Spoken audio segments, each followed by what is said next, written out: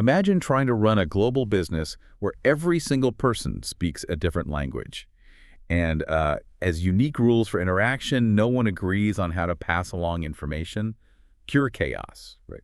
Now imagine that chaos happening billions of times a second across our digital world. How do we even make sense of it? And more importantly, what does it mean for your future in business? Yeah, it sounds impossible, but from the cloud to your coffee maker, really everything is connected. And it all starts with data communications. The unseen rules governing this incredible symphony of data, well, they orchestrate every digital interaction. That's what we call protocols. Welcome to the Deep Dive. We're the place where we unpack those foundational rules of engagement for all things digital network protocols. Today, we're diving into what really makes our connected world tick. We're drawing insights from, foundational texts and modern best practices. And it's all custom tailored for you, the curious learner, the future business leader. We'll explore the essential language of networks, everything from the basic pings just checking if a device is awake to the really complex dances of security that protect, say, your financial transactions online. Truly understanding these invisible forces, it can be a huge strategic asset. It can really shape your career in IT, MIS, and beyond. Absolutely, it's foundational. And hey, before we fully dive in, if you find this deep dive valuable, please take a moment, like, subscribe, maybe share it with someone who might also benefit. You really won't want to miss our insider tips that could position you for a bright future. And remember, check the description below. We've put links to additional resources there that'll complement your learning journey. Okay, so let's unpack this first. What exactly is a protocol? In the context of data communications, I kind of like to think of it as the meticulous choreography for every digital interaction. It's like the universally agreed upon sequence of steps, the formats that govern how data gets sent and received between devices. That's a great way to put it, choreography. Yeah. Protocols define literally everything, from the subtle electrical signals, the ones and zeros on a fiber optic cable, all the way up to the precise structure an email needs to follow to get from your inbox to mine. They ensure that every device, doesn't matter who made it, what OS it runs, where it is, can speak the same digital language. So without them, it's just noise. Exactly. Without these standardized, agreed-upon rules, you wouldn't have communication. You'd just have a jumble of incompatible signals. It's like the difference between a coherent symphony and just chaos, a messy cacophony. Okay. So for you listening in, maybe as a BCIS 1347 student there in the Dr. Sampak College of Business, understanding these protocols, it isn't just, ticking a box for the course. It's really a strategic imperative. This course, it focuses on voice and data communications technologies, concepts, applications. It goes beyond just the definitions. It really underpins everything. From designing robust, scalable networks, think networks supporting thousands of employees, maybe millions of customers, all the way to safeguarding critical business data from cyber threats, which are, let's face it, getting more sophisticated all the time. Exactly. It's the foundational knowledge that empowers you to move from just using technology to strategically leveraging it, for a competitive advantage. And this deep dive, it'll directly help you identify those telecommunications and data communications technology fundamentals. You'll understand how signals move across the spectrum, explain the makeup of different transmission media, copper, fiber, wireless, and their characteristics. Which is critical stuff. Absolutely. More critically, it equips you to design logical and physical networks that are efficient, resilient, and crucially, to apply troubleshooting techniques when things inevitably go wrong. Which they always do, eventually. Happens to everyone. These are all vital skills for any tech-savvy business professional. Just imagine like a subtle network issue. Maybe it costs your e-commerce site millions in lost sales during Black Friday. Or think about a data breach because someone overlooked a security protocol detail. Oof, yeah, that's bad. That's where deep protocol knowledge becomes tangible business power. It protects revenue, reputation, competitive edge. It prepares you to formulate a risk assessment and develop an appropriate security strategy to mitigate those risks. And it sounds like it even lays the groundwork for bigger picture stuff, like developing a full network proposal to solve a business problem, blending the tech with the business strategy. Precisely. It connects the technical details to the business outcomes. Okay, so where do we even start with this huge, intricate language of networks? It seems overwhelming. Well, we start at the core. with the protocols that define how data travels across different networks and, crucially, how it gets delivered to the right application on the destination device. Ah, okay. So like understanding the global shipping lanes before you try to track an individual package. That's a good analogy, yeah. All right, layer 3, the internetwork layer. The first big player here is the internet protocol, right? IP. I often think of IP as kind of the postal service of the digital world. Like, it doesn't care what's in your message. Yep. It just cares about getting it from your address to the recipient's address, even if it has to cross, multiple networks, continents, whatever. So IP handles the addressing and the routing for these individual packets of data, which IP calls datagrams, right?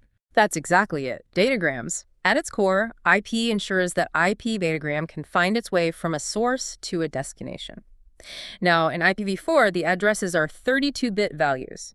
The early design categorized them into these rigid classes, A, B, C, D, E. Right, class-full addressing. Yeah, and that, unfortunately, led pretty quickly to the IP address exhaustion problem, which is, a stark reminder of how fast technology can outpace the initial designs. It forced some agile pivots. That exhaustion problem, it's not just some technical footnote, is it? It feels like a fantastic business case study. Oh, absolutely. It teaches us, design for scalability way beyond what you think you need right now. That applies to any critical business resource, really. Server capacity, talent, whatever. So how did the internet adapt? Well, that initial classful system, it assigned these huge blocks of addresses based on network size, class A, B, C. It quickly became super inefficient. A small company might need maybe a few hundred addresses, but they'd get a class B block with over 65,000 addresses. Thousands wasted. Wow, yeah. No wonder they ran out. Exactly. It pushed the internet towards address depletion much faster than anticipated. The key solution, the big pivot, was classless interdomain routing, or CIDR. This basically ditched the rigid class boundaries. It allowed for much more flexible address allocation and routing by using an IP prefix and a network mask. Think of it like using zip codes plus the extra 4 digits for more precision. Okay, more granular control. Precisely. This dramatically improved efficiency and allowed the internet to keep growing. And hand in hand with CIDR came subnetting. This lets organizations break down their allocated IP ranges into smaller, more manageable subnetworks. It conserves addresses, gives you flexibility for network reorganization. Really useful. So even the structure of these digital envelopes, the datagrams themselves, that matters for efficiency too. Absolutely. The IP datagram structure itself has key fields like time to live or TTL. TTL isn't actually time, it's a hop count limit. Each router the datagram passes through decreases the TTL value if it hits 0. Oof, it's gone. It's discarded, yeah. This prevents datagrams from looping endlessly if there's a routing error, which would just clog up the network. And then, of course, you have the fundamental source and destination IP addresses, the to and from. And when a datagram is too large for a particular network segment, it needs to cross maybe an older network with a smaller limit. Right. Different networks have different size limits, MTU, right? Yeah. Maximum transmission unit. Exactly, MTU. If the datagram exceeds the MTU, IP can break it down or fragment it into smaller pieces. Each fragment gets its own IP header, and they're reassembled at the destination. Okay. And you mentioned IP doesn't care about the content, just delivery. But not all delivery is the same, is it? There are different methods of delivery. Correct. The most common type you encounter is unicast. That's just one-to-one communication. Your computer talking to a web server, for example. Then there's broadcast. That's one-to-all on a specific local network, useful for certain discovery processes like finding a printer. Multicast is one to a specific group. This is really efficient for things like streaming video to multiple subscribers simultaneously. Saves bandwidth. And finally, anycast. This is kind of interesting. It's one-to-one of many. It sends the packet to the closest available host in a group of hosts that share the same anycast address, often used for distributed services like DNS servers to improve speed and redundancy. Wow. Okay. Lots of options there. So let's bring it back. For a business student, what's the core strategic implication of knowing all this about IP addressing and subnetting? Okay, bottom line. Understanding IP addressing and subnetting is absolutely crucial. It's vital for efficient network design, for resource allocation. It directly enables you to design a logical network and identify the right network infrastructure components. Get IP configurations wrong, and you're looking at potentially crippling network downtime, significant operational losses. It's really the difference between a smooth-running digital backbone for your company and one that's constantly prone to outages. That directly impacts cost savings, operational stability, everything. Okay, so if IP is the digital postman, just focused on delivery, then ICMP, the Internet Control Message Protocol.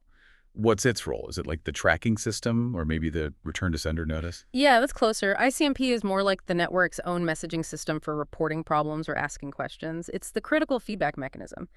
ICMP, that's for IPv4, and its cousin ICMPv6 for IPv6 are specifically error reporting and diagnostic protocols. They don't carry your actual data like your email or web page content. Instead, they carry messages about the network's health or status. Ah, so it's the network talking to itself, essentially, to figure things out. Kinda, yeah. Or routers talking back to the source host. Think of it as the network's vital signs monitor.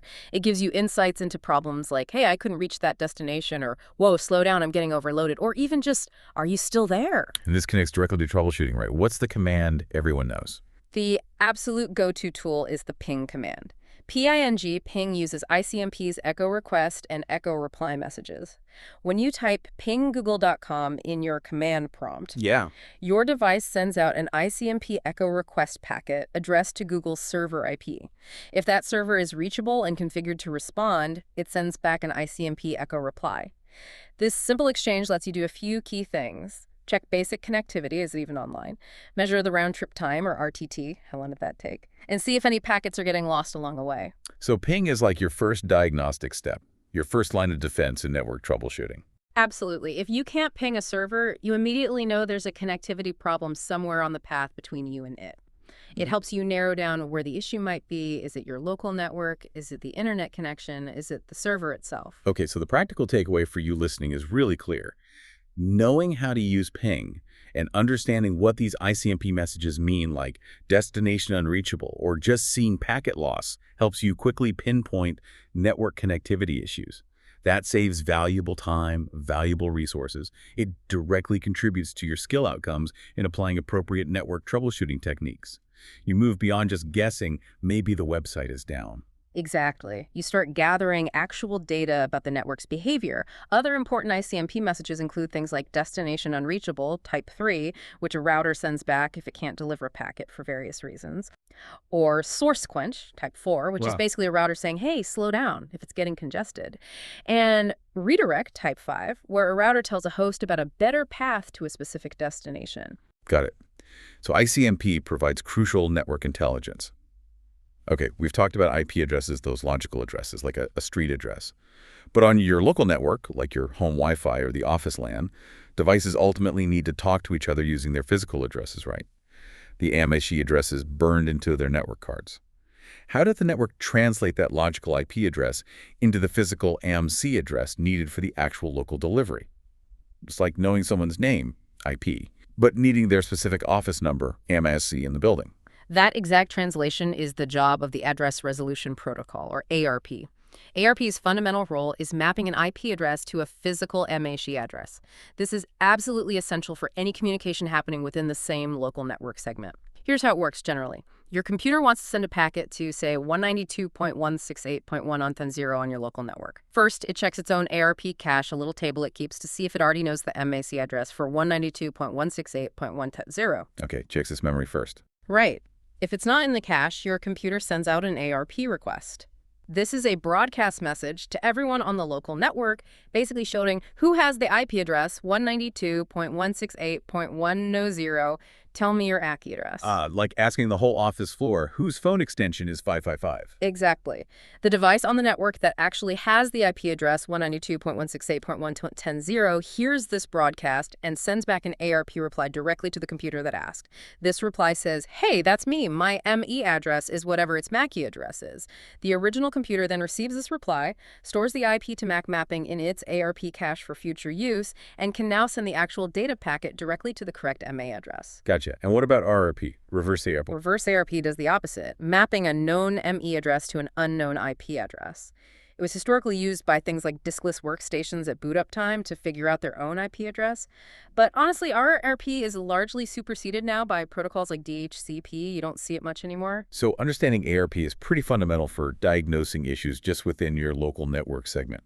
Absolutely critical. If ARP isn't working correctly, maybe due to misconfigurations or even security attacks like ARP poisoning, where someone tries to trick devices into sending traffic to the wrong MAC address devices on the same network segment, simply won't be able to communicate with each other. Understanding this mechanism is fundamental to identifying network infrastructure components and how they interact locally.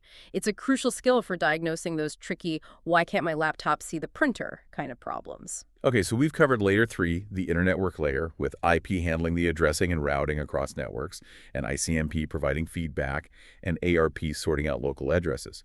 But once that data packet, that datagram, arrives at the correct destination device, how do we make sure it gets delivered to the right application running on that device? Like, how does it know if it's for the web browser versus the email client versus the game? And maybe more importantly, for critical applications, how do we guarantee that the data arrives reliably, in the correct order, without any missing pieces, without errors? Excellent questions. That's precisely the domain of the transport layer, or layer 4. This layer builds upon the best effort delivery of IP and adds services crucial for applications. And the star player at layer 4, the one doing most of the heavy lifting for reliable communication, is the Transmission Control Protocol, or TCP. TCP is truly the workhorse of the internet. It provides a reliable, connection-oriented, full duplex byte stream between two applications. Let's break that down. Okay, yeah. Reliable, connection-oriented. What does that mean practically? Reliable means TCP guarantees that the data sent by one application will be delivered to the other application accurately, in order, and without loss or duplication. It handles error detection and correction. Connection-oriented means that before any data is actually exchanged, TCP establishes a dedicated, logical connection between the two applications. It's like making a phone call. You establish the call first, then you talk. Full duplex means data can flow in both directions simultaneously over that single connection. And byte stream means TCP treats the data as just a continuous sequence of bytes without imposing any message boundaries itself. Okay, so it sets up a dedicated, reliable pipe for data. How did the applications identify themselves to set up this pipe? You mentioned IP addresses get it to the machine, but how did the right app? That's where ports come in. Think of an IP address as the street address of an apartment building. Ports are like the apartment numbers within that building. Each application that wants to receive network connections listens on a specific port number. There are well-known ports for standard services like port 80 for HTTP, web traffic, port 443 for HTTPS, secure web, port 25 for SFTP, email sending. Applications can also use dynamically assigned or ephemeral ports for outgoing connections. So the combination of IP address and port number uniquely identifies a specific application on a specific machine. Exactly. And that specific combination, the protocol, TCP, the source IP, the source port, the destination IP, and the destination port, defines a unique connection. We often refer to one endpoint of this connection, IP address plus port number, as a socket. Got it. Now, before any data actually flows through this socket connection, TCP establishes it with that famous three-way handshake, right? Tell us about that. Right. The three-way handshake is critical. It's a fundamental digital negotiation to synchronize the two ends before data transfer begins. It works like this. 1. The client, the initiator, sends a TCP segment with the SYN synchronized flag set. This packet essentially says, hello, I want to establish a connection, and here's my starting sequence number. 2. The server receives the SYN, and if it's willing to accept the connection, it sends back a TCP segment with both the SYN and ACK acknowledged flags set. This SYN ACK packet says, hello back, I acknowledge your request, ACK, and here's my starting sequence number, SYN. 3. Finally, the client receives the SYN ACK and sends back one last TCP segment with just the ACK flag set. This acknowledges the server's sequence number. Okay, SYN, ACK, ACK. Got it. And once that final ACK is received by the server, the connection is fully established and data transfer can begin. Precisely. Now, you said this work gets really interesting for troubleshooting. What happens if one of these steps fails? Like, maybe the SYN ACK never arrives back at the client. Yeah. Failures in the handshake are common indicators of problems. If the client sends a SYN and gets nothing back, it usually means the server is down, unreachable, or perhaps a firewall is blocking the connection attempt. If the client gets the SYN ACK, but its final ACK doesn't reach the server, maybe lost in transit, the server might keep retransmitting the SYN ACK for a while, but the connection won't fully establish. Analyzing these handshake patterns using tools like Wireshark is crucial. You can see exactly which step failed, which immediately points you towards potential network path issues, firewall rules, or server problems. So what might seem like just the internet is slow or the site won't load could actually be a silent failure right at the handshake level. Recognizing that isn't just a tech fix, it's a strategic competency. It protects revenue, brand reputation. Absolutely. Understanding these deep layer network behaviors helps you apply appropriate network troubleshooting techniques effectively. Okay, so the handshake establishes the connection. How does TCP maintain reliability during the data transfer? It uses several key mechanisms. Sequence numbers. Every byte of data sent is assigned a unique sequence number. This allows the receiver to put the data back in the correct order even if packets arrive out of sequence, and to detect missing segments. Acknowledgements, ACKs. The receiver sends ACK segments back to the sender to confirm which bytes of data it has successfully received. Retransmission timer. If the sender doesn't receive an ACK for a particular segment within a certain time period, the timeout, it assumes the segment was lost and retransmits it. Flow control, windowing. TCP uses a sliding window mechanism. The receiver tells the sender how much buffer space it currently has available, its receive window. The sender agrees not to send more data than the receiver can handle, preventing the receiver from being overwhelmed. Wow, that's quite sophisticated. A lot going on to ensure reliability. It is, and issues like network congestion leading to packet loss or routers delivering packets out of order can trigger TCP retransmissions. Excessive retransmissions are a major cause of poor application performance. Okay, so the practical takeaway for business students here is pretty significant. Slow web applications, failed online transactions. These often point directly back to TCP issues like retransmissions or maybe window size problems. Understanding these mechanisms helps you participate in discussions about configuring network connections for optimal performance. It helps you diagnose application layer problems that might actually stem from the network transport layer, impacting customer satisfaction and, ultimately, revenue. Exactly. And finally, when the applications are done talking, TCP uses a graceful termination process, typically involving segments with a FIN finish flag to close the connection cleanly in both directions. Okay, TCP sounds robust, reliable, maybe even a bit complex with all those mechanisms. But you hinted earlier that not all applications need that level of bulletproof reliability. Sometimes speed is the absolute priority, right? And maybe losing a tiny bit of data here and there is acceptable. That's exactly right. For applications where real-time delivery is more critical than guaranteed, in order delivery of every single packet, there's another major player at Layer 4, the User Datagram Protocol, or UDP. UDP. Okay, UDP, how does it differ from TCP? UDP is essentially the polar opposite of TCP in many ways. It's lightweight and connectionless. Connectionless means UDP doesn't do that three-way handshake.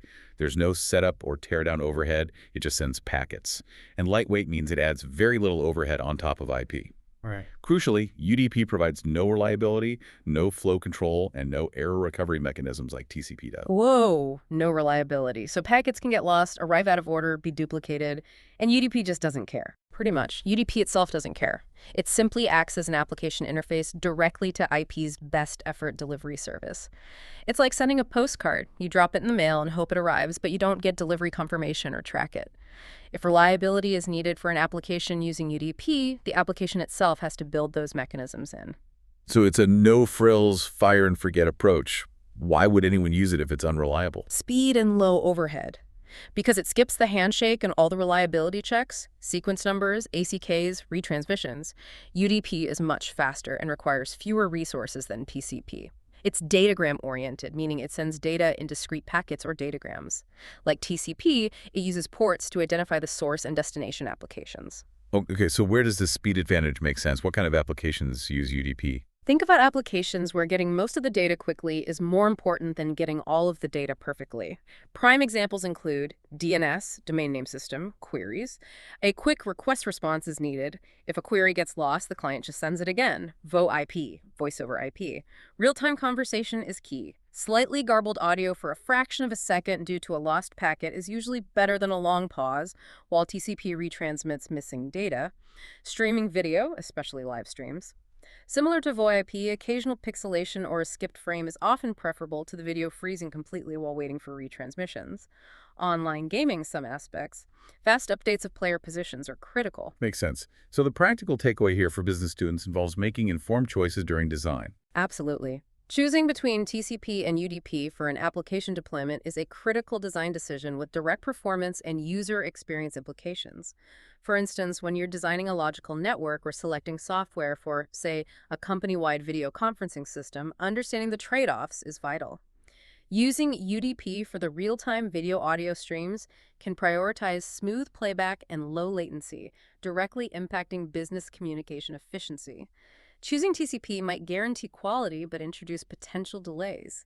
Knowing this helps you select appropriate networking components and software based on the specific application requirements, ensuring your infrastructure actually supports the business needs effectively. All right, we've journeyed through the lower layers. We know how data gets addressed and routed by IP, layer 3, and how TCP or UDP handles the end-to-end delivery to applications, layer 4. Now let's zoom in on the top layer, the application layer. These are the protocols that directly serve us, the users, and our business applications. These are the languages our apps actually speak to get things done online. They make our digital lives possible. Exactly. This is where we see the protocols that enable web browsing, email, file sharing, remote access, all the things we interact with daily. And arguably one of the most critical, yet often invisible application layer protocols is the domain name system, or DNS. DNS is, quite simply, the Internet's phone book.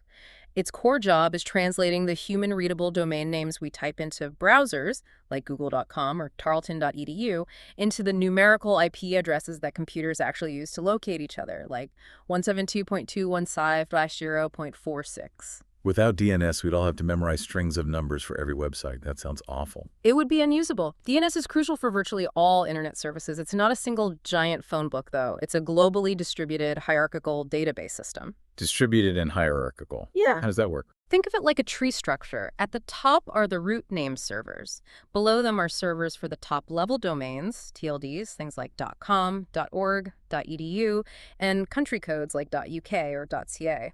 Below those are the authoritative name servers for individual domains, like google.com or yourcompany.com. These are the servers that hold the official records for that specific domain. When your computer needs to resolve a name, it asks a local DNS resolver, often provided by your ISP or company. That resolver then queries servers up and down this hierarchy until it finds the authoritative server that knows the answer. To speed things up, resolvers cache answers they receive so they don't have to go through the whole lookup process every single time. Okay.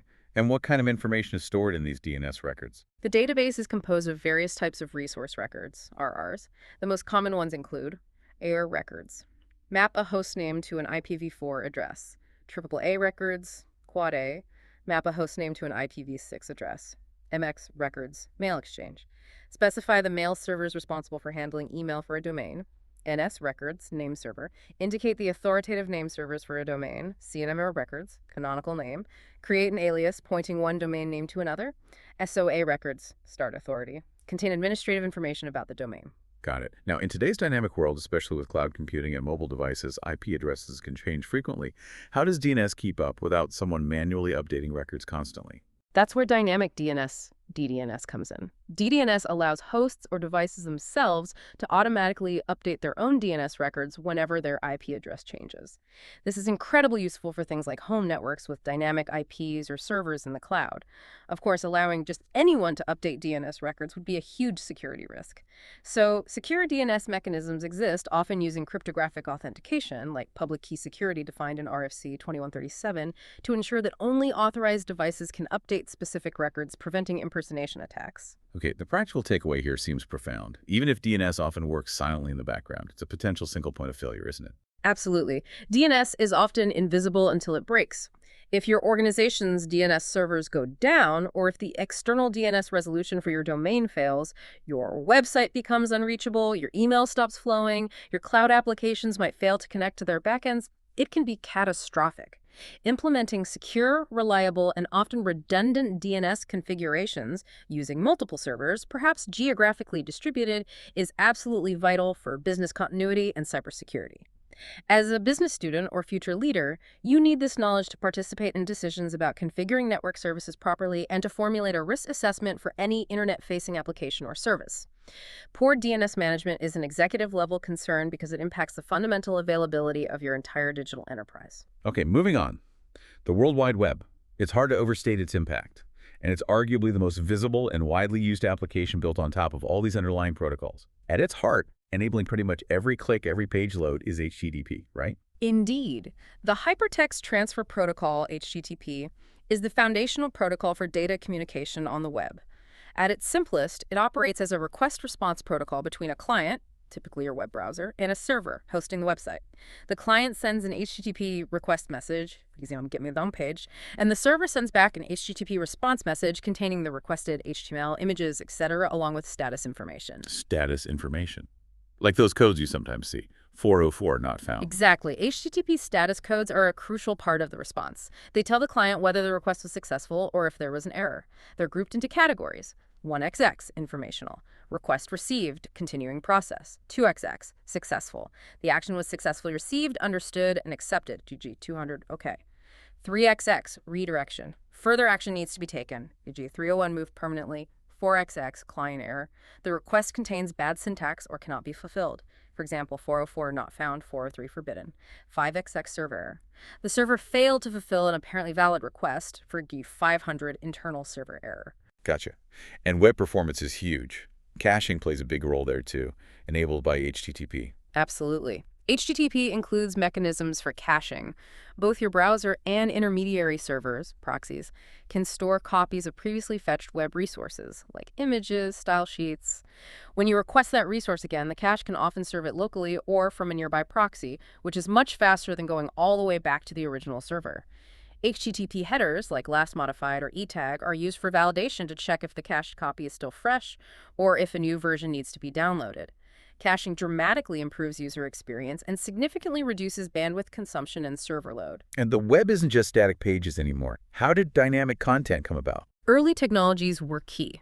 Java applets, for instance, allowed small applications to be downloaded and run within the browser, making pages interactive. Although less common now for security reasons, the concept was foundational. The Common Gateway Interface, CGI, was a standard way for web servers to execute external programs or scripts to generate dynamic content based on user input or database lookups. This opened the door to everything from search engines to e-commerce shopping carts. We also saw scenarios connecting modern web clients to older legacy backend systems, highlighting integration challenges that still exist today. Okay, so for anyone building or managing an online presence, which is pretty much every business today, understanding HTTP and these related web technologies seems non-negotiable. It really is. It's crucial for performance optimization, making your site fast, ensuring a good user experience, and developing secure web applications. It directly helps you when you need to design logical networks that can efficiently host and deliver web applications. You need to think about server placement, load balancing, caching strategies, all influenced by how HTTP works. Poor web performance directly impacts customer engagement, conversion rates, revenue, and brand perception. It's a core business concern. All right, let's talk email, electronic mail. It's one of the oldest internet applications, but still incredibly widely used, maybe the backbone of business communication for many. But it's not just one protocol, is it? There's a whole suite working behind the scenes to send, receive, and manage our messages, and hopefully keep them secure. That's right. Email relies on several distinct protocols working together in a kind of relay race. For sending emails between mail servers, the primary protocol is the Simple Mail Transfer Protocol, SMTP. SMTP. It typically runs over TCP port 25. When your email client sends a message, it usually talks SMTP to your organization's outgoing mail server. That server then uses SMTP and DNS lookups for MX records to find the right destination server to transfer the message across the internet to the recipient's mail server. Okay, so SMTP handles the server-to-server transfer, but emails aren't just plain text anymore. Attachments, formatting, how does that work? That's where multipurpose internet mail extensions, or MIM, comes in. MIME extends the original simple text format of email to support all sorts of things. Non-ASCII character sets for different languages, formatted text like HTML emails, and crucially, attachments, images, audio files, videos, documents, you name it. MIE defines standard content types like text plain, image PEG, application PDF, multi-part mix for emails with multiple parts, and content transfer encodings like base64 to safely encode binary attachments into a text-based format suitable for email transmission. Got it. So SMTP sends it, MIME formats it. How do we actually retrieve the email once it arrives at our mail server? For retrieving email from a server to a client, like Outlook or your phone's mail app, we primarily use two different protocols. Post Office Protocol version 3, POP3. POP3 is the simpler of the two. Typically, a POP3 client connects to the server, downloads all new messages to the local device, and often, by default, deletes them from the server. It operates in distinct states like authorization and transaction, with commands like list, retr retrieve, DLE, delete, quit, Internet Message Access Protocol version 4, AME4, IMAP 4 is more advanced and generally preferred today. It allows the client to access and manage emails directly on the server. Messages stay on the server unless explicitly deleted. This allows for synchronization across multiple devices. You can see the same folders and read-on-read status on your laptop, phone, and tablet. IMAP supports multiple states, non-authenticated, authenticated, selected, logout, and more complex commands like select, my inbox, fetch, parts of messages, store flags, copy, etc. Okay, POP3 downloads and deletes, IMAP manages on the server. That difference seems key for how people work today with multiple devices. Huge difference, yeah. Now, email, security, compliance, archiving. These are massive concerns for businesses. How does understanding these protocols help? Knowing these protocols, SMTP, MIME, POP3, IMA4, is fundamental for selecting appropriate email solutions, cloud versus on-premise specific vendor features. Managing email storage and archiving policies, crucial for compliance and legal discovery, and especially for implementing robust security measures. While these base protocols don't always encrypt the content end-to-end by default, understanding them is necessary to layer on security protocols like StartTS for encrypting the SMTP-I MAP-OP3 connection, or end-to-end encryption standards like ICMP or PGP-GPG. This directly helps you configure network security for critical business communications and select wireless devices that can securely access corporate email according to policy. Ensuring confidentiality, integrity, and compliance for email is paramount for any organization today. Moving files around. It's a constant daily operation for pretty much every business. Whether it's sharing documents internally, sending large data sets to partners, or uploading website content, how do we ensure those transfers are not only reliable, but crucially, secure, especially when sensitive data is involved? Beyond just downloading web content via HTTP, specific protocols are designed explicitly for file transfers. The traditional one is the File Transfer Protocol, or FTP. FTP uses TCP for reliable connections. Interestingly, it typically uses two TCP connections, one for control, commands like listing directories, changing directories, authentication, usually port 21, and a separate one for the actual data transfer, port 20 in classic active mode, or a dynamic port in passive mode. FTP requires user authentication, username, password, and supports different transfer types like ASCII for text files and image, or binary for everything else. Okay, but you said traditional at FTP. I feel like I've heard FTP isn't very secure. You heard right. Standard FTP is inherently insecure because both the authentication credentials, username, passwords, and the file data itself are transmitted in clear text across the network. Anyone sniffing the traffic can see them. Yikes. So not good for sensitive files. What are the secure alternatives? Exactly. Due to these security flaws, standard FTP is strongly discouraged for transferring anything sensitive. The secure alternatives are SFTP, SSH File Transfer Protocol. This is not simply FTP over SSL, it's a completely different protocol that runs over an SSH secure shell connection. SSH provides strong authentication and encrypts both the commands and the data, making it very secure. FTPS, FTP over SSL TLS. This is standard FTP layered with TLS, transport layer security, the successor to SSL encryption. It encrypts the control connection and/or the data connection, providing confidentiality and integrity. Okay, SFTP and FTPS. So the practical takeaway for business students is really about making informed, secure choices. Precisely. Secure file transfer is paramount for maintaining data integrity and confidentiality. You need to protect intellectual property, customer data, financial records, everything. Your ability as part of selecting appropriate wired, wireless, and optical fiber networking components absolutely includes choosing and implementing secure file transfer solutions like SFTP or FTPS, depending on the specific requirements and compatibility needs. Using insecure FTP for sensitive data is just asking for trouble. Okay, managing systems remotely. This is huge. Whether it's servers tucked away in a data center miles away, or network devices like routers and switches in a branch office, or even just helping a user remotely. Being able to control and monitor these systems from afar is absolutely essential for modern IT operations. Yeah. What protocols enable this crucial capability? Remote access and network management rely on a set of protocols designed specifically to allow administration, configuration, and monitoring from a distance, hopefully securely and efficiently.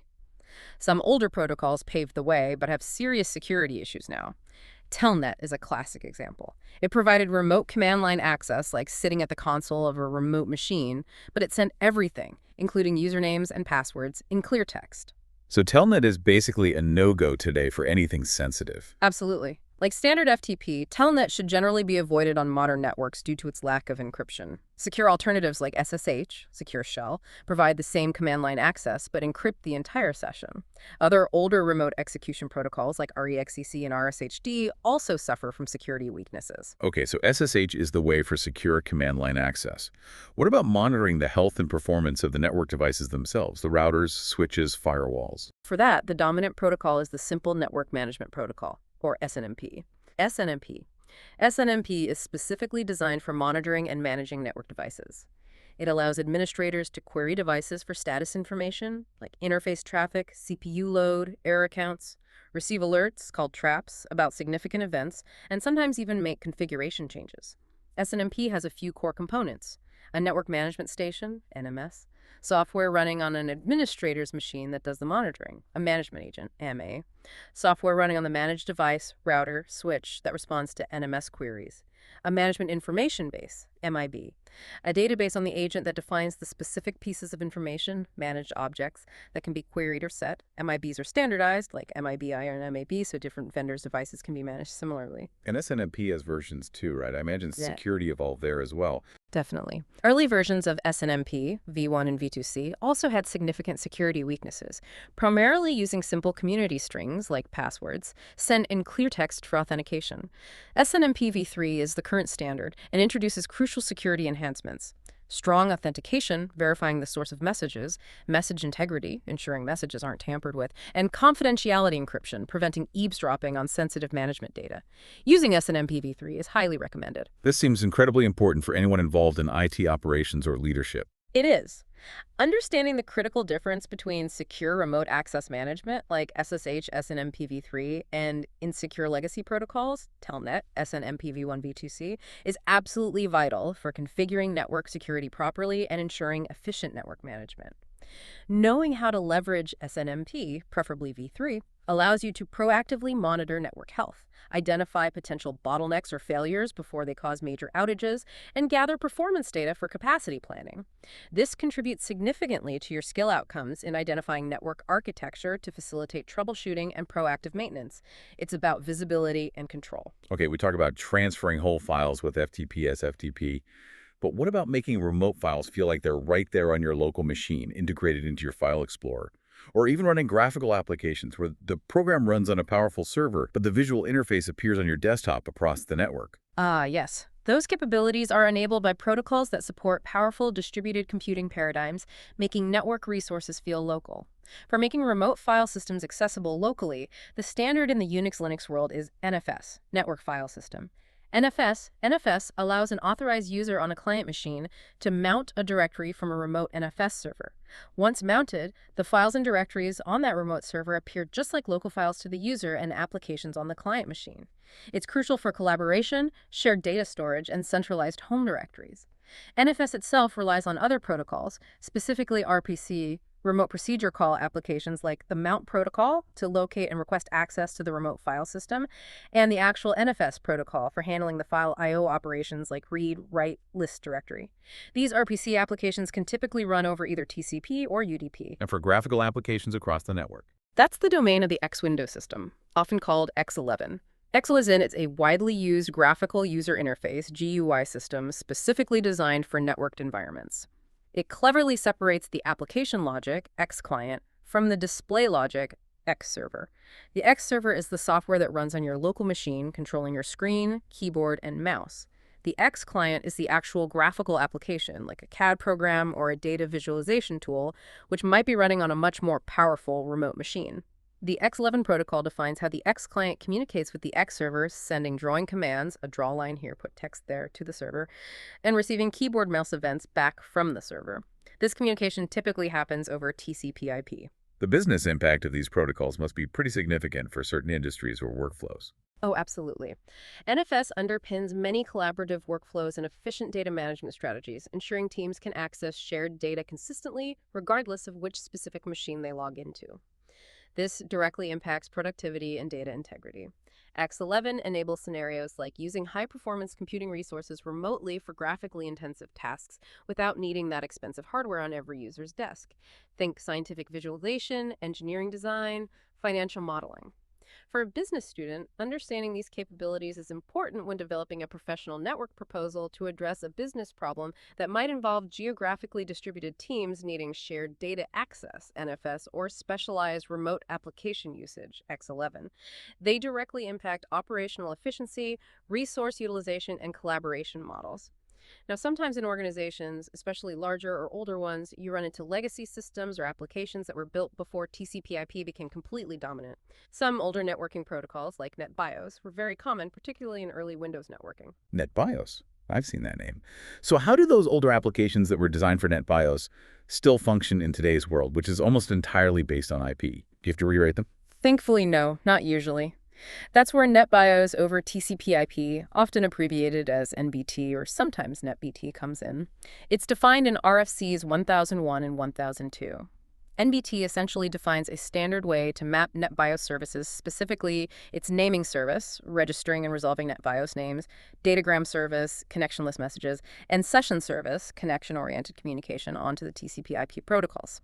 This acts like a translation layer, allowing legacy applications written to the NetBIOS interface to function without modification, but have their traffic transparently transported over a modern TCP/IP network. So it's like an adapter, letting the old plug fit into the new socket. That's a great analogy. For instance, NetBIOS name resolution, which was originally based on broadcasts, can be mapped using NBT to use either UDP broadcasts or, more commonly, a NetBIOS name server, NBNS, often implemented by WN's, Windows Internet Name Service, in Windows environments, which work somewhat similarly to DNS but for NetBIOS names, mapping them to IP addresses. Okay, so the practical takeaway here is really about managing diverse, sometimes older IT infrastructures. Indeed. In many real-world organizations, you don't have the luxury of everything being brand new.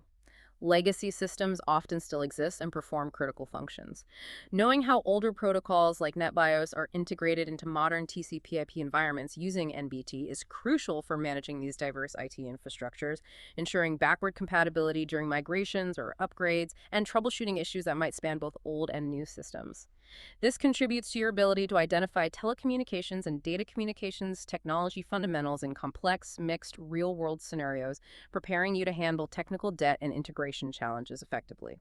Okay, let's shift gears to something absolutely critical in today's digital landscape: security. It feels like it's not an option anymore. It's just a fundamental necessity. We hear about data breaches, cyber threats constantly. Every organization seems vulnerable. So how do protocols specifically help us build a strong, maybe multi-layered defense against these relentless attacks? You're absolutely right. Security has to be woven into the fabric of our networks now. Implementing robust encryption and security protocols is fundamentally the cornerstone of any effective defense strategy. It's how we fight back against data theft, unauthorized access, privacy violations, the whole gamut. This directly relates to your ability to configure network security effectively and to formulate a risk assessment that accurately identifies threats and proposes countermeasures. It's all about making our digital communications trustworthy, reliable, and, well, impenetrable. When people think network security, they often jump straight to encryption. And encryption is vital. It transforms clear text data into an unreadable form, ciphertext, ensuring confidentiality, meaning only authorized parties can understand it. But true security requires more than just hiding the data. We also need authentication, verifying the identity of the parties involved. Are you really talking to who you think you're talking to? Integrity checking, verifying that the message hasn't been altered or tampered with during transit, non-repudiation, providing proof that a specific sender actually sent a specific message so they can't later deny it. Okay, so it's not just about having one lock encryption, but multiple security guarantees working together to build trust. What are the actual tools, the mechanisms that provide these guarantees? Those tools are cryptographic algorithms. They fall into a few main categories. Symmetric key algorithms. These use the same secret key for both encryption and decryption. Examples include AES, Advanced Encryption Standard, which is widely used and considered very strong. For example, AES 256. Symmetric crypto is generally very fast, making it ideal for encrypting large amounts of data, bulk encryption. The challenge is securely sharing that single secret key beforehand. Asymmetric key algorithms, or public key crypto. These use a pair of keys, a public key, which can be shared widely, and a private key, which must be kept secret. Data encrypted with the public key can only be decrypted with the corresponding private key. Examples include RSA. Asymmetric crypto is much slower than symmetric, so it's typically used for specific tasks like securely exchanging the symmetric keys needed for bulk encryption, or for creating digital signatures, which provide authentication, integrity, and non-repudiation. Hashing functions. These are one-way functions. They take an input message of any size and produce a fixed size output called a hash or digest, like a fingerprint. It's computationally infeasible to reverse the process, find the message from the hash, or to find two different messages that produce the same hash. Examples include MD5, older, now considered insecure for collision resistance, and SHA-1, also being phased out, and the more modern SHA-256 or SHA-3 families. Hashing is primarily used for integrity checking. Sometimes hashing is combined with a secret keyed hash message authentication code, or HMAC, to provide both integrity and authentication. Wow, okay. Symmetric, asymmetric, hashing. And how do we tie that public key to a specific identity reliably? How do I know the public key I got for, say, my bank's website actually belongs to the bank? Excellent question. That's the crucial role of digital certificates and certification authorities, CAs. A digital certificate, like those used for HTTP STLS, is an electronic document issued by a trusted third party, the CA, like Let's Encrypt, DigiCert, GlobalSign. The certificate securely binds a specific public key to a specific identity, like a person, a server, or an organization. Your browser or operating system has a list of trusted CAs. When you connect to a secure website, the server presents its certificate. Your browser checks if the certificate was issued by a trusted CA, if it hasn't expired, and if it matches the domain name you're connecting to. This process verifies the server's identity and prevents man-in-the-middle attacks, where an attacker tries to impersonate the legitimate server. Hashtag 4.2 Essential Secure Communication Protocols. Okay, speaking of certificates and secure websites, whenever you see that little padlock icon and HTTPS in your browser's address bar, you're interacting with TLS, right? What exactly is it doing behind the scenes to secure that connection? Precisely. Transport Layer Security, TLS, and its older predecessor, SSL, Secure Sockets Layer, are the absolute foundation of secure communication on the internet, especially for the web. TLS 1.3 is the current recommended standard, offering significant security and performance improvements over older versions. TLS works by establishing an encrypted, authenticated connection between a client, like your browser, and a server, like a web server or email server. It runs on top of TCP. It uses a clever hybrid approach to cryptography. One, during the initial handshake phase, it uses slower asymmetric cryptography, like RSA or elliptic curve cryptography, along with digital certificates to authenticate the server, and optionally the client, and to securely negotiate a shared secret key, the session key. Two, once the handshake is complete and the session key is established, TLS switches to much faster symmetric encryption, like AES, using that session key to encrypt all the actual application data, the HTTP requests and responses, for example, being exchanged during the session. It also uses hashing, like HMAC, to ensure message integrity, protecting against ear tampering during transit. This combination provides strong security, confidentiality, authentication, integrity, with good performance. Okay, that hybrid approach makes sense. Use the slow stuff just for setup, then the fast stuff for the bulk transfer. The practical takeaway here seems crystal clear for anything involving online transactions or sensitive data. TLS SSL is absolutely critical. E-commerce checkouts, online banking portals, secure email logins, APIs handling sensitive data. None of it would be trustworthy without TLS. If that data were sent over plain HTTP, it would be easily intercepted and stolen. Understanding TLS's role, how it uses certificates, and the importance of keeping implementations up to date, avoiding old vulnerable versions like SSL v3 or early TLS, is vital. It directly helps you in configuring network security for online applications and when formulating a risk assessment related to any online transaction or data exchange. Ensuring proper TLS deployment is fundamental to meeting security standards, achieving compliance like PCI DSS, and building essential customer trust. All right, let's talk about virtual private networks, or VPNs.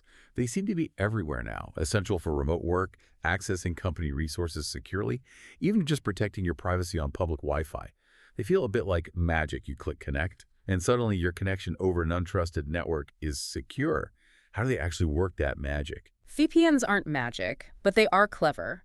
Fundamentally, a VPN creates an encrypted, authenticated tunnel for your network traffic to travel through over an untrusted network, like the public internet.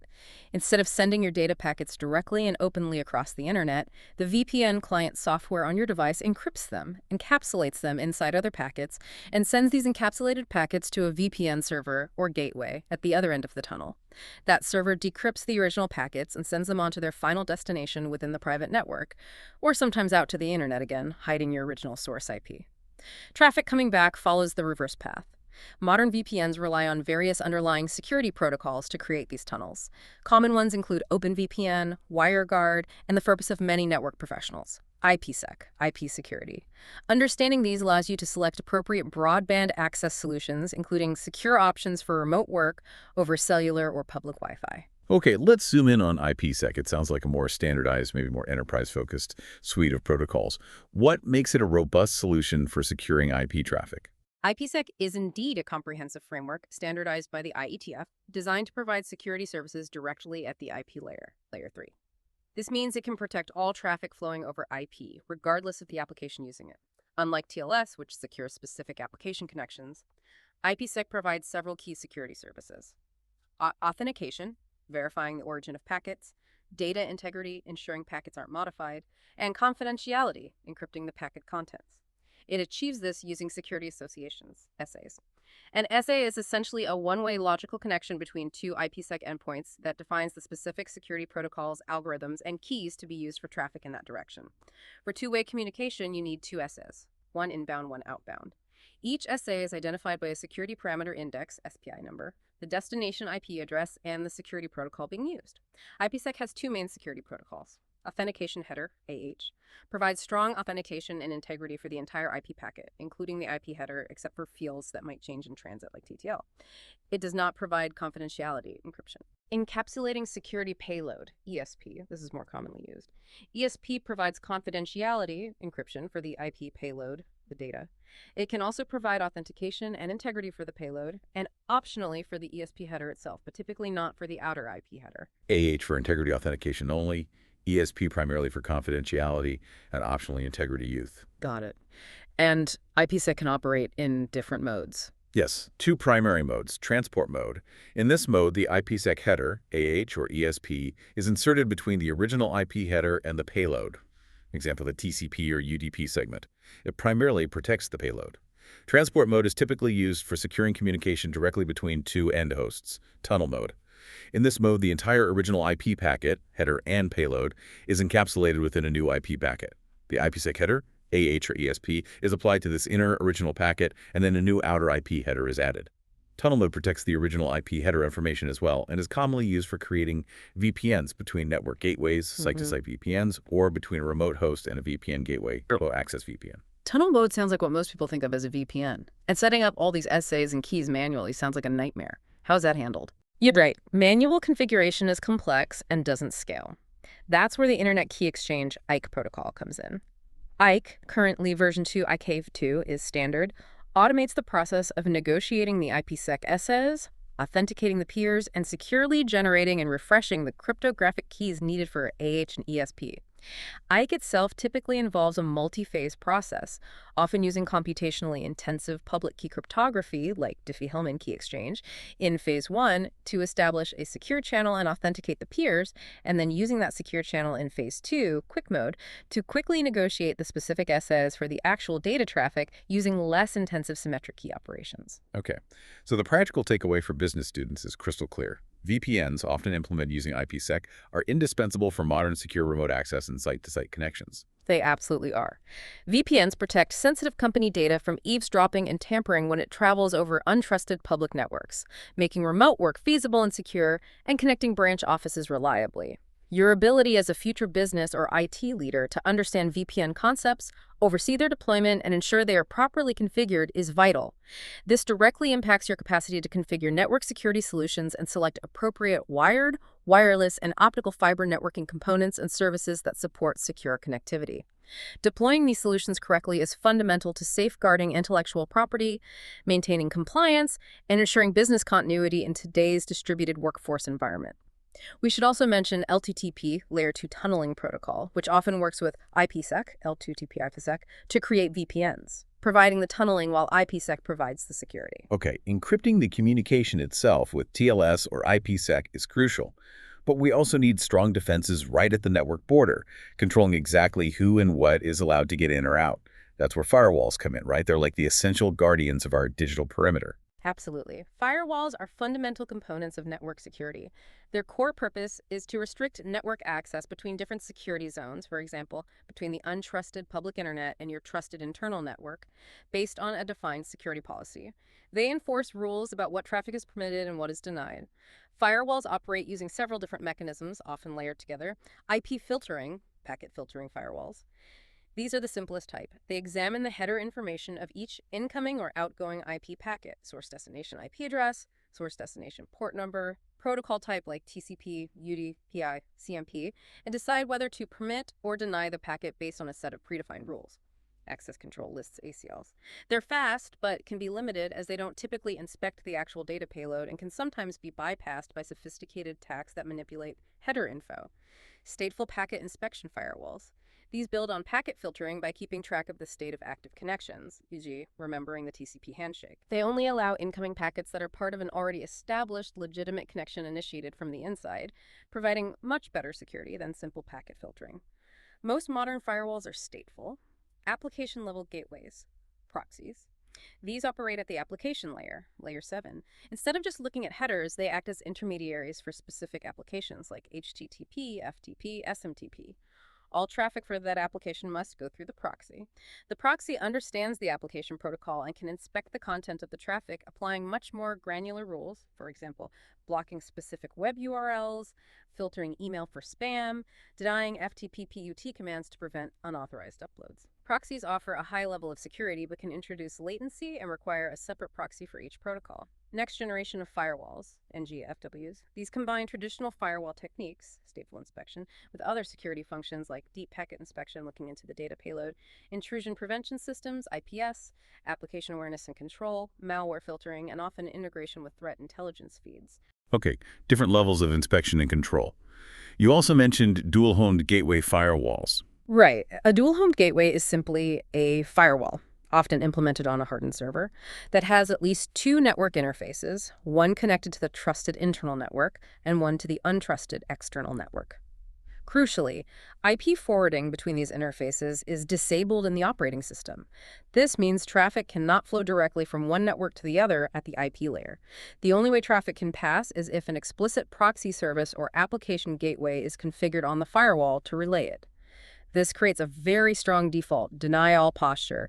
Anything not explicitly permitted by a proxy is blocked. Got it. Now, what about network address translation? I usually hear about it for conserving IP addresses, but does it play a security role too? It does, although that's often considered a side benefit rather than its primary security purpose. NAT works by modifying the source or destination IP addresses, and often port numbers, in IP packet headers as they pass through the NAT device, usually a router or firewall. The most common form is source NAT, or PAT port address translation, where multiple devices on a private internal network, using private IP addresses like 192.168.x.x, have their outgoing traffic translated to use the single public IP address of the router. The security benefit comes from the fact that this effectively hides the internal network structure and private IP addresses from the outside world. External hosts only see the router's public IP. It makes it much harder for an external attacker to directly target a specific internal host without an established connection initiated from the inside, which the stateful firewall managing NAT would track. However, NAT itself isn't a substitute for a proper firewall, and it can sometimes interfere with certain protocols or applications that embed IP addresses within their data payload. NAT is also used for load balancing, directing incoming traffic to one of several internal servers based on certain rules. Okay. And one more you mentioned, SOCKS. SOCKS is a proxy protocol that operates at the transport layer between application and TCP/IP. It provides a more generic way for clients inside a secure network behind a firewall to access external network services through a SOCKS proxy server. The client application needs to be SOCKS aware or use a SOCKS Sapphire. It connects to the SOCKS server, tells it the real destination IP import it wants to reach, and the SOCKS server then makes that connection on the client's behalf, relaying data back and forth.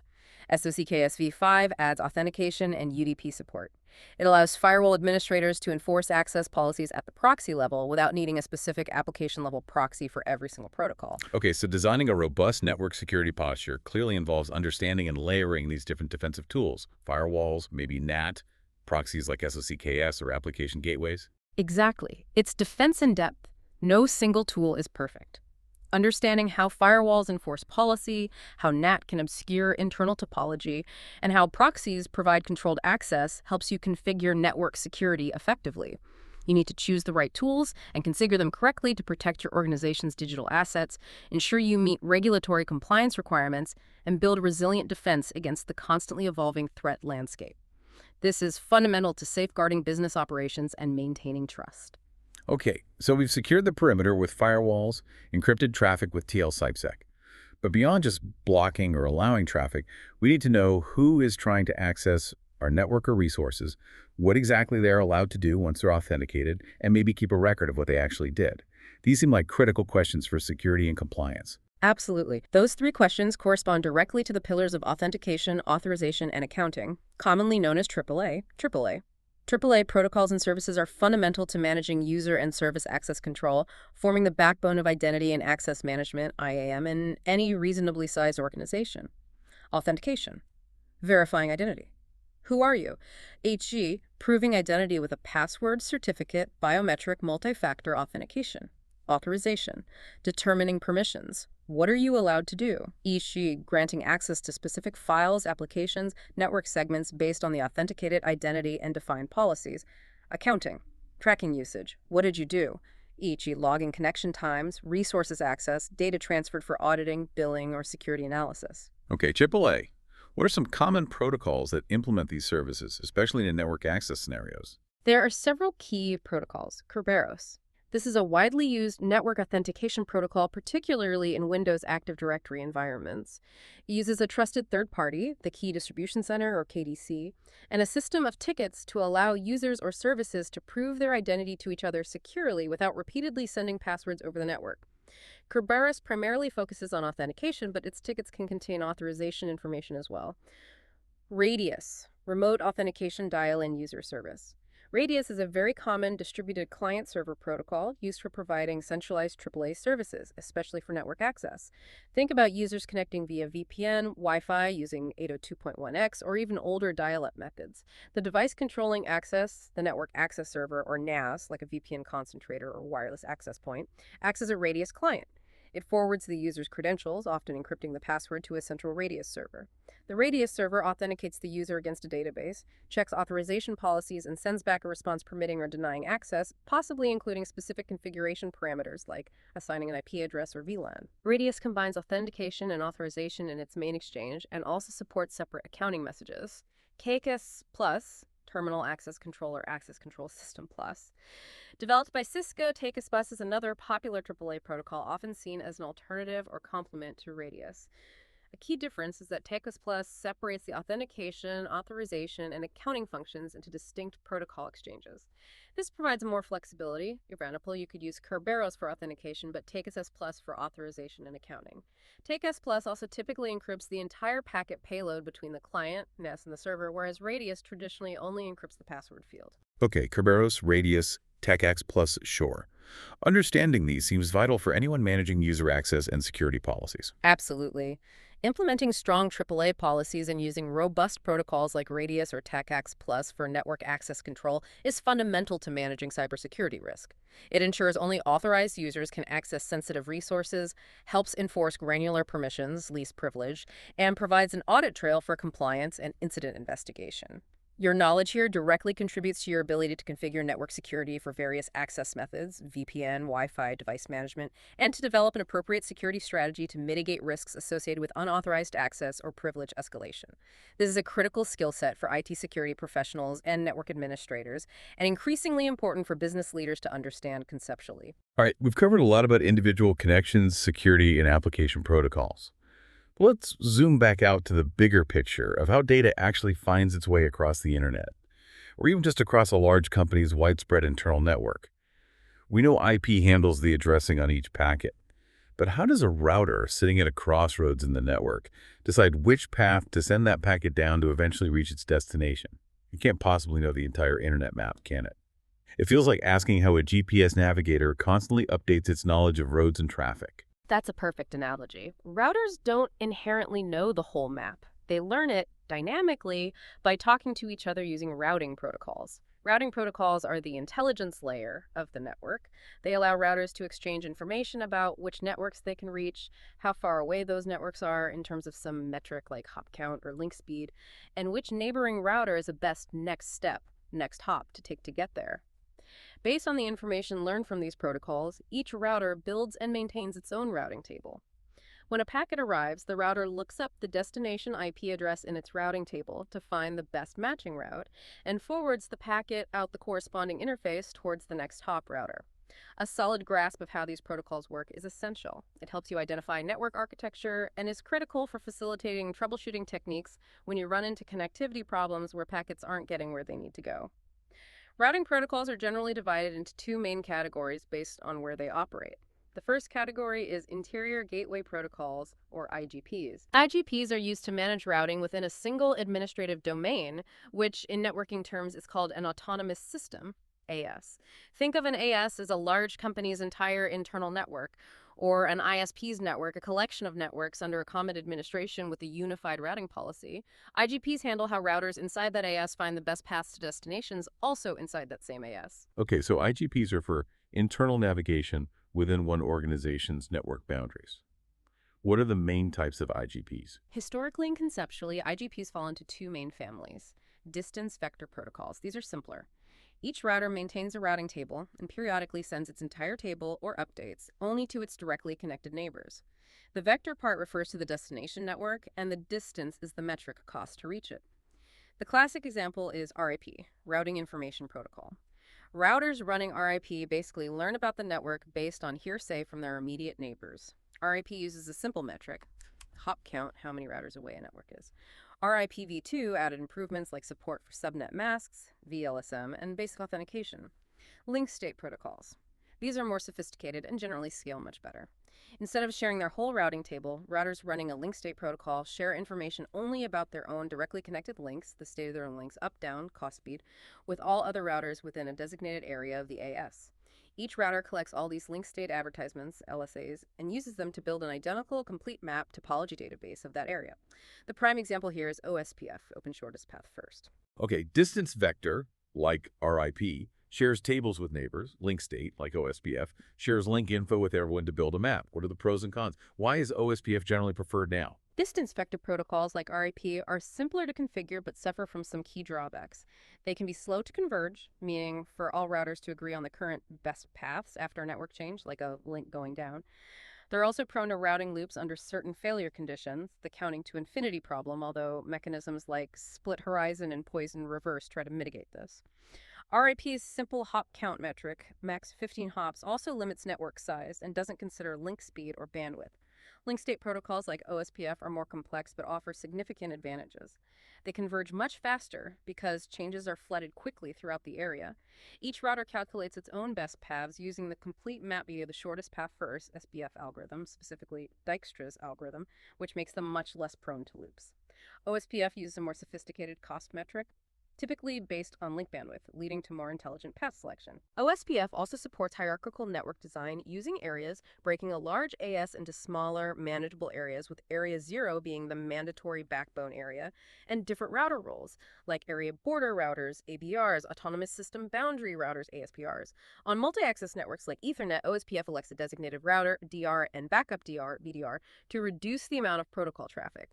OSPF routers go through several neighbor states, down and minute-init two-way XStart exchange loading full as they establish adjacency and synchronize their link state databases. Wow, OSPF sounds much more robust for larger networks. Yeah. So choosing the right IGP isn't just a technical detail.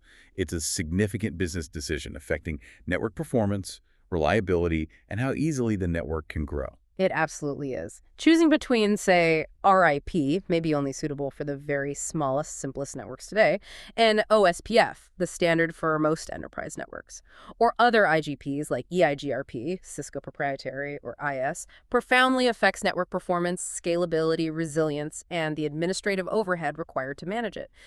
Getting this choice right and configuring the chosen IGP properly directly supports your skill outcomes in network design. Making the wrong choice or misconfiguring it can lead to slow performance, routing instability, and difficulty troubleshooting, all impacting business operations. So while IGPs like OSPF handle the navigation inside your company's network within your AS, how do different autonomous systems, say your company's network, your ISP's network, Google's network, Amazon's network, talk to each other to exchange routing information across the global internet? Right. There must be a different kind of protocol for that inter-AS communication. Exactly. That's the job of exterior gateway protocols, or EGPs. EGPs are used to exchange routing information between different autonomous systems. They are less concerned with finding the absolute shortest path based on technical metrics and much more concerned with enforcing administrative policies between organizations. And the undisputed king, the protocol that basically runs the entire internet's routing between major networks, is BGP, right? Yes, absolutely. BGP4, Border Gateway Protocol version 4, is the EGP standard used globally today. It's the protocol that literally holds the internet together, enabling connectivity between tens of thousands of independent autonomous systems worldwide. Unlike IGPs that focus on metrics like hop count or bandwidth, BGP exchanges network-layer reachability information, NLRI essentially, announcements of which network prefixes, blocks of IP addresses, an AS can reach. Crucially, BGP makes its routing decisions based on path attributes that are included with the NLRI.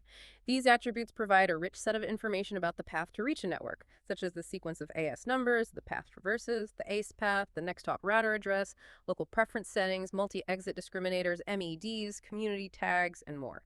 Network administrators use these path attributes to implement complex routing policies that determine which paths BGP prefers, often based on business relationships, peering agreements with other ISPs, cost, performance characteristics, or traffic engineering goals, rather than just the shortest technical path. So BGP is more about policy and reachability between big networks than just speed within one network. Sounds complex, but vital. It is complex, yes, but absolutely vital. BGP routers, speakers, establish peer relationships, sessions with BGP speakers and other ACEs, eBGP, or within the same AS, IBGP.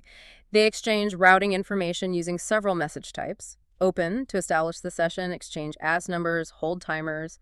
Update, to advertise new routes, withdraw old routes, and convey path attributes.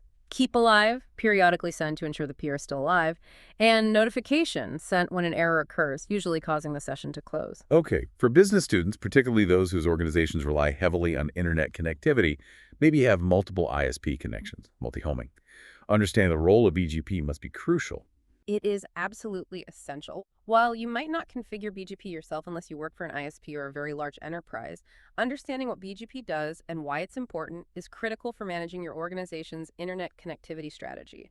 Decisions about which ISPs to connect to, how to influence traffic flow for optimal performance or cost savings, multi-homing, and how to ensure resilient internet access all hinge on BGP. It's how your business connects reliably to the rest of the digital world. It directly affects your ability to select appropriate broadband access solutions and architect a robust internet presence. Misunderstanding BGP or relying on poorly configured BGP from your providers can lead to suboptimal routing, higher latency, increased costs, or even complete internet outages for your organization. Hashtag tags 5.3 multicast routing protocols. Okay, we talked a lot about unicast one-to-one routing with IP, OSPF, BGP, but earlier we mentioned multicast IP delivery sending data from one source to a specific group of interested recipients simultaneously. This is super efficient for certain applications, but how does routing work for multicast? How do routers know where the interested receivers are? Right. Sending the same video stream individually to 100 viewers, unicast, sounds incredibly wasteful compared to sending one stream that gets intelligently duplicated only where necessary. Exactly. Multicast routing aims to build efficient distribution trees from the source to all the members of a multicast group, identified by a special class D IP address, 204.0.0.0.0.255.255.255. The goal is to replicate packets only at routers where the path to different group members diverges and to prune branches of the tree where there are no interested receivers downstream. First, hosts need a way to tell their local router, hey, I'm interested in receiving traffic from multicast group X. That's the job of the Internet Group Management Protocol, IGMP, or MLD for IPv6. Hosts use IGMP messages to join or leave multicast groups, and routers listen for these messages to know which groups have active members on their local network segments. Okay, so IGMP handles the host-to-router communication about group membership. What protocols do the routers use amongst themselves to build those multicast distribution trees across the network? That requires specific multicast routing protocols. There are several, often leveraging information from the existing unicast routing protocols, DVMRP, Distance Vector Multicast Routing Protocol, an older protocol based on distance vector concepts like RIP. It initially floods multicast traffic and then prunes back branches without receivers. MOSPF, Multicast OSPF, an extension to OSPF that adds multicast capabilities directly into the OSPF link state database. Routers calculate multicast trees based on the OSPF topology map. PI protocol independent multicast. This is the most widely deployed set of multicast routing protocols today. As the name suggests, PI is independent because it doesn't rely on one specific underlying unicast routing protocol. Instead, it uses the routing table built by whatever unicast protocol is running, like OSPF or BGP, to make its forwarding decisions. PIM has two main modes: PIM dense mode, PIM DM. Assumes group members are densely spread throughout the network. It initially floods traffic everywhere and then prunes back, similar to DVMRP, less common now. PM sparse mode, PAM-SM. Assumes group members are sparsely distributed. It uses more explicit join mechanism. Receivers send join messages towards a central rendezvous point, after group, for the group. Sources also register with the RP. The RP helps connect sources and receivers, building shared trees initially, which can then optionally switch to source-specific shortest path trees for higher traffic rates. PMS is much more scalable and efficient for widespread multicast deployment. PM-SM sounds like the go-to for most modern multicast setups. This whole area seems incredibly useful for businesses with significant multimedia distribution needs. It absolutely is. Multicasting dramatically optimizes network resource usage for applications like IPTV, corporate video broadcasts, all-hands meetings, stock market data feeds, large-scale software distribution, and even some forms of interactive distance learning or collaboration. By sending only one copy of the data stream over shared network links, it significantly reduces bandwidth consumption and server load compared to using multiple unicast streams. Understanding these protocols is vital when designing logical networks intended to efficiently support these kinds of multimedia applications. Getting multicast right can lead to significant cost savings and improved performance, directly impacting operational efficiency. Wow, okay, we've covered the core protocols that make today's networks function, from basic addressing and transport to routing and security. But the digital world never stands still, does it? It's always evolving, facing new demands, massive scale with IoT, the need for better performance for real-time apps, seamless mobility. How are protocols adapting to meet these future challenges? What's on the horizon, or maybe what's already here and steadily changing the game? That's a great point. The evolution of protocols is relentless, constantly driven by the need for greater capacity, efficiency, security, and intelligence in our networks. We're definitely seeing protocols adapt and new ones emerge to handle these modern demands. We touched on the IPv4 address exhaustion problem earlier. The definitive long-term solution that's been deployed and is steadily growing is IPv6. IPv6 fundamentally solves the address shortage by moving from IPv4's 32-bit addresses to a massive 128-bit address space. The number of unique IPv6 addresses is astronomical, literally enough to assign billions of addresses to every person, every device, every grain of sand on Earth. This is absolutely critical for the future growth of the internet, especially with the explosion of the Internet of Things, IoT, where billions of small devices need unique connectivity. Okay. Massive address space is the headline feature. But does IPv6 bring other improvements besides just more addresses? Yes. It introduces several significant architectural improvements designed to make networks more efficient and easier to manage. Simplified header. The main IPv6 header is actually simpler and has fewer fields than the IPv4 header, which allows routers to process it more efficiently. Optional features that were in the IPv4 header or options field are moved to separate extension headers that are only included when needed. VGM for routing specifics, fragmentation, security with H.Schuessler, or hop-by-hop options. No IP header checksum. IPv6 routers no longer need to calculate and verify a checksum for the IP header at every hop, unlike IPv4. This reduces processing load on routers, relying instead on link layer like Ethernet and transport layer TCP/UDP checksums to catch errors. No broadcast addresses. IPv4's broadcast mechanism, sending to all hosts on a subnet, is replaced entirely by more efficient multicast addresses in IPv6. Stateless address auto-configuration, SLAA. This is a major feature. IPv6 nodes can automatically configure their own unique global IP address without needing a DHCP server. They typically do this by combining a network prefix advertised by a local router via ICMP v6 router advertisement messages with their own interface identifier, often derived from the MC address. This greatly simplifies network setup, especially for large numbers of devices. Built-in security mandatory IPsec. While support was optional in IPv4, support for IPsec AH and ESP was originally mandated in the core IPv6 specifications, aiming to make security more inherent, though practical implementation varies. Improved support for mobility in QoS. The design includes features intended to better support mobile IP and quality of service tagging. SLAEC sounds really useful.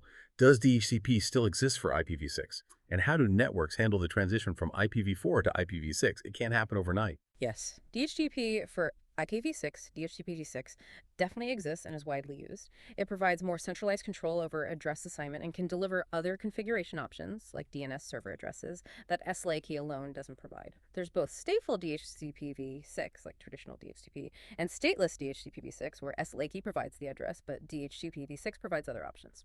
As for the transition, because IPv4 and IPv6 are not directly compatible, several mechanisms have been developed to allow them to coexist and interoperate during the long migration period. Dual stack. This is the most common approach. Devices and routers run both IPv4 and IPv6 protocol stacks simultaneously. They can talk IPv4 to IPv4 devices and IPv6 to IPv6 devices. Tunneling. Encapsulating IPv6 packets inside IPv4 packets or vice versa to traverse parts of the network that only support one protocol. Examples include 6-to-4, ISA-TAP, Teredo, automatic tunnels, or manually configured GRE tunnels. Translation. Using gateway devices that translate between IPv4 and IPv6 headers, like NT64, DNS64, to allow IPv6-only clients to communicate with IPv4-only servers, and vice versa. Okay, so IPv6 adoption isn't just a technical upgrade. It's crucial for future network growth and innovation. Absolutely. It's especially critical to support the sheer scale of IoT devices and new internet services. While adoption has been gradual, it's steadily increasing. Migrating enterprise networks to IPv6 requires careful planning, understanding these features and transition mechanisms, and retraining staff. It directly impacts your ability to identify telecommunications and data communications technology fundamentals for the next generation of networking, and to design a logical network that is future-proof, scalable, and ready for emerging applications. We talked about different applications having different needs, TCP for reliability, UDP for speed. But even within those, not all traffic is created equal in terms of business importance or sensitivity to delay. My critical real-time video conference call shouldn't stutter and drop just because someone else on the same network decided to start downloading a massive software update file, right? How do protocols manage this kind of prioritization? You've hit on a really crucial point for modern converged networks where voice, video, and data all share the same infrastructure. Quality of service QoS protocols and mechanisms are designed precisely to address this. QoS aims to ensure that certain types of network traffic, typically those sensitive to delay, jitter, variation in delay, and packet loss, like real-time voice and video, receive preferential treatment over other less critical or less sensitive traffic, like bulk file transfers or email. This provides more predictable performance for essential business applications. Okay, so QoS is about giving priority. What are the main technical approaches to implementing QoS in IP networks? There are two primary architectural models for QoS and IP networks. Integrated services, INSIV. This model aims to provide guaranteed service levels for individual application flows, specific data streams between two endpoints. It relies on the Resource Reservation Protocol, RSVP. Applications use RSVP to signal their QoS requirements, example, bandwidth, delay bounds, to the network routers along the path. Routers then try to reserve the necessary resources, buffer space, link bandwidth, for that flow. If the reservation succeeds, the application gets a predictable quality of service. The main challenge with INSIRV RSVP is scalability, requiring every router to maintain state and process reservations for potentially thousands of individual flows can be very resource-intensive in large networks. Differentiated services, DiffServ or DS, this is a more scalable and widely deployed approach. Instead of managing individual flows, DiffServ operates on traffic aggregates or classes. Packets are marked, classified at the edge of the network with a specific value in the IP header, the Differentiated Services Code Point, DSCP value, using the 6 bits of the old IPv4 type of service, TOS field, or the IPv6 traffic class field. Routers within the network core then apply different per-hop behaviors, PHBs, based solely on the DSCP marking of the packet. They don't need to maintain per-flow state. Common PHBs include expedited forwarding, EF, designed for low loss, low latency, low jitter traffic like VoIP IP. EF traffic is typically given strict priority queuing. Assured forwarding, AF, provides different levels of delivery assurance based on drop precedence. Traffic within its allocated profile is less likely to be dropped during congestion than traffic exceeding the profile. There are multiple AF classes and drop levels, best effort, BE, the default category with no special treatment. DiffServe sounds much more practical for large networks, just sorting packets into classes and treating them differently based on markings. The business implications here seem enormous for user experience and application performance. They are huge. Implementing effective QoS strategies, typically using DiffServe, is absolutely vital for ensuring the reliable performance of business-critical applications like VoIP, video conferencing, virtual desktops, VDI, and critical enterprise resource planning ERP systems, especially when these share bandwidth with less critical traffic. Properly configured QoS ensures predictable performance, minimizes disruptive latency and jitter for real-time applications, and generally delivers a much better and more productive user experience. It directly contributes to efficient network management by allowing you to prioritize bandwidth allocation according to business needs. Understanding QoS principles also helps you select appropriate networking components, routers, switches that have robust QoS capabilities. Without QoS, critical applications can suffer performance degradation during periods of congestion, leading to dropped calls, choppy video, slow application response times, lost productivity, and significant user frustration. Another challenge in our increasingly mobile world is maintaining network connectivity seamlessly as devices move between different networks or subnets. Think about your laptop staying connected to a long-running download or a VPN session even as you move from your office wired connection to the campus Wi-Fi or then out to a cellular connection. Mobile IP is a standard protocol designed specifically to handle this. It allows a mobile device, mobile node, to maintain its permanent routable IP address, its home address, regardless of where it physically connects to the network. This avoids breaking existing TCP connections or requiring applications to reestablish sessions every time the device changes its point of attachment. Okay, so it lets your device kind of roam between networks while keeping the same identity, the same IP address as far as the rest of the internet is concerned. How does it manage that? It uses a clever system involving a few key components: the mobile node, MN, the device that is moving, the home agent, HA, a router located on the mobile node's home network, the network corresponding to its permanent home address, the foreign agent, FA, a router on the network the mobile node is currently visiting, the foreign network. In some mobile IP variants, the MN can act as its own FA, the care of address, COA, a temporary, topologically correct IP address that the mobile node obtains on the foreign network it's visiting. This address indicates the MN's current location. When the MN moves to a foreign network, it obtains a COA and registers this COA with its home agent. The home agent then intercepts any packets addressed to the MN's permanent home address, encapsulates them, tunnels them, often using IP encapsulation, and forwards them to the MN's current care of address. The MN receives the encapsulated packet, decapsulates it, and processes the original packet. Packets sent by the MN can often be sent directly to their destination, using the COA as the source address, though variations exist. That sounds really useful for ensuring business continuity for people who move around a lot. It is essential for providing seamless, uninterrupted connectivity for remote workers, field technicians, or anyone using mobile devices for critical business tasks. It ensures that applications keep running and data keeps flowing without requiring users to manually reconfigure network settings or restart sessions every time they change networks. This capability directly supports your ability to select wireless devices and know how to configure them for optimal mobile productivity, ensuring that connectivity remains stable and reliable, which is a key requirement in modern, flexible, and mobile-first work environments. #6 Tech 6.4, load balancing, and high availability protocols. Let's talk about reliability again, but at a larger scale. We've all experienced websites crashing under heavy traffic, or critical online services becoming unavailable because a server went down. For modern businesses relying on 247 digital operations, that kind of downtime is simply unacceptable. How do protocols help ensure that our digital services are always available, responsive, and can handle fluctuating demands or unexpected failures? This is where the concepts of load balancing and high availability HA become absolutely critical, and protocols play a key role in enabling both. Load balancing is the process of distributing incoming network traffic or computational workload across multiple back-end devices or servers. The goals are typically to improve responsiveness, preventing any single server from becoming a bottleneck, increase throughput, and optimize resource utilization. High availability focuses on ensuring continuous service operation by eliminating single points of failure. This usually involves having redundant components, servers, network links, routers, firewalls, and mechanisms for automatic failover if a primary component fails. Okay, so load balancing spreads the work, HA ensures there's backup. What are some specific protocols that help achieve this at the network level? Several protocols contribute here. DNS round robin. a simple form of load balancing where DNS resolves a single host name to multiple different IP addresses. Clients typically connect to the first IP address they receive, distributing loads somewhat randomly, though it has limitations. Dedicated load balancers, hardware or software.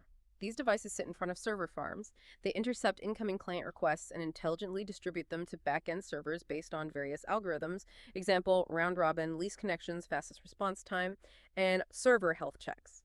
While the load balancer itself uses standard protocols like TCP/IP and HTTP, its internal logic implements the load balancing function. VRRP, Virtual Router Redundancy Protocol. We mentioned this briefly.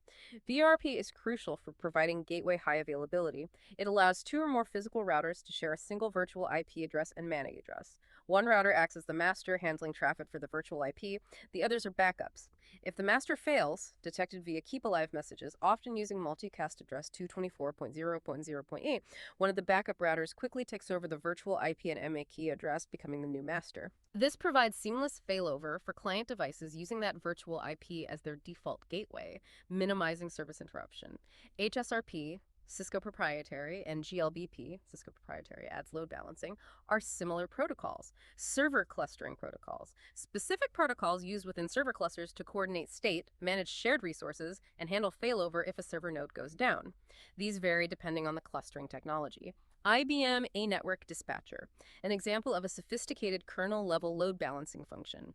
It could examine packet headers to decide where to forward packets within a server cluster, providing both load balancing and high availability by routing around failed servers.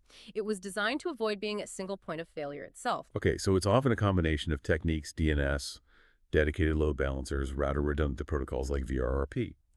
For a business student aiming to design resilient and scalable systems, understanding these concepts seems vital. Absolutely critical.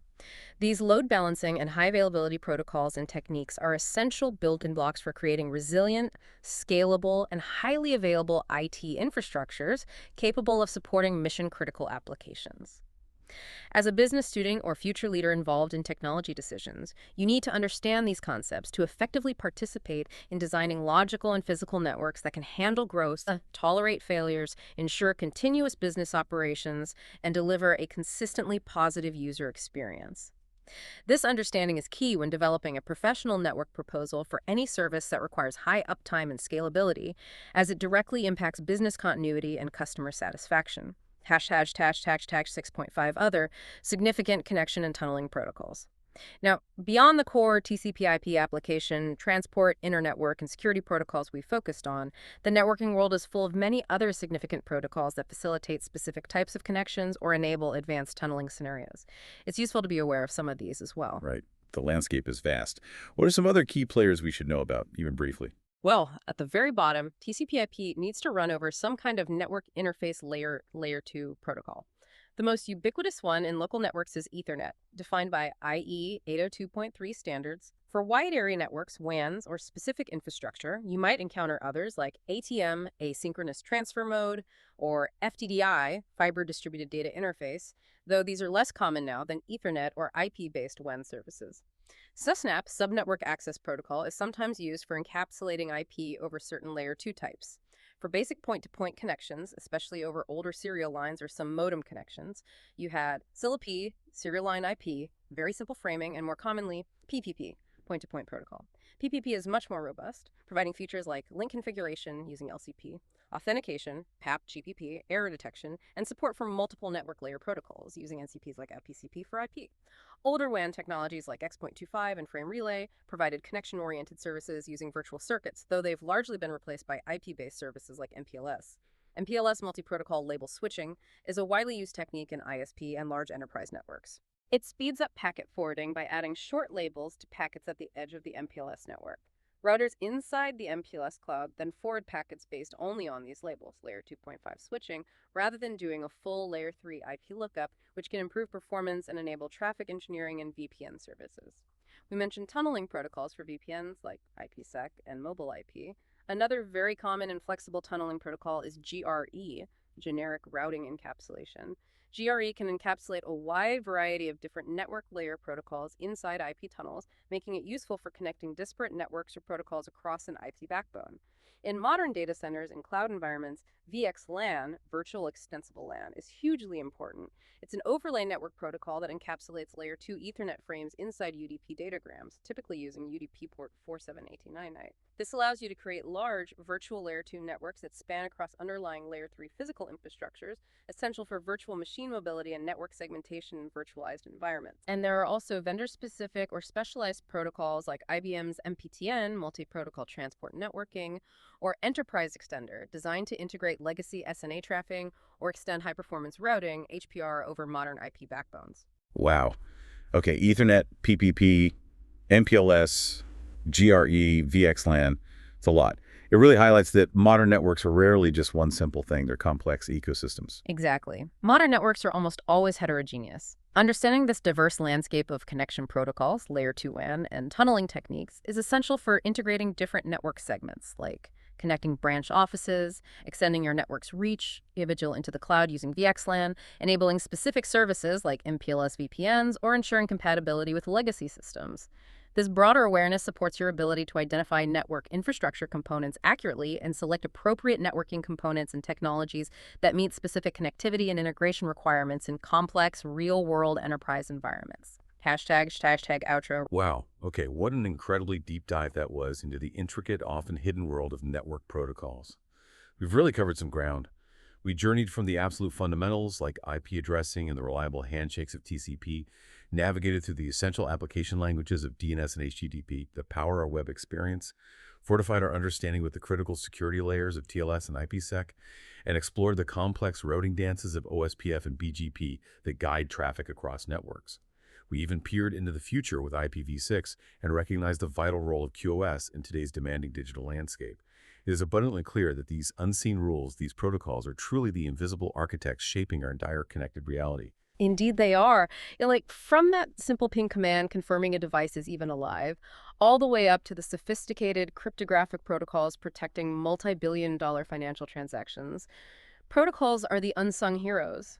They are what transform that potential chaos you mentioned at the beginning into functional order.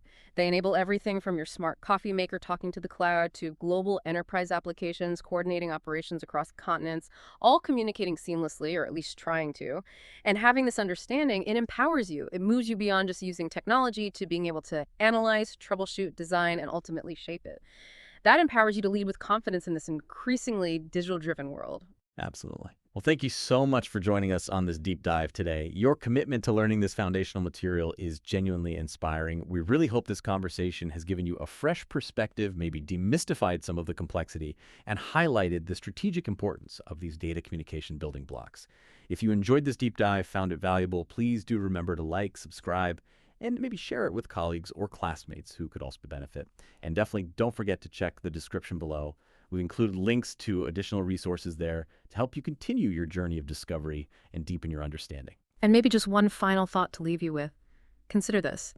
Every single new digital innovation that emerges, whether it's advancements in AI, the rollout of quantum computing, the next iteration of the metaverse, all of them will still fundamentally rely on developing and deploying new sets of defined rules, new protocols to allow their components to communicate, interoperate, and scale effectively.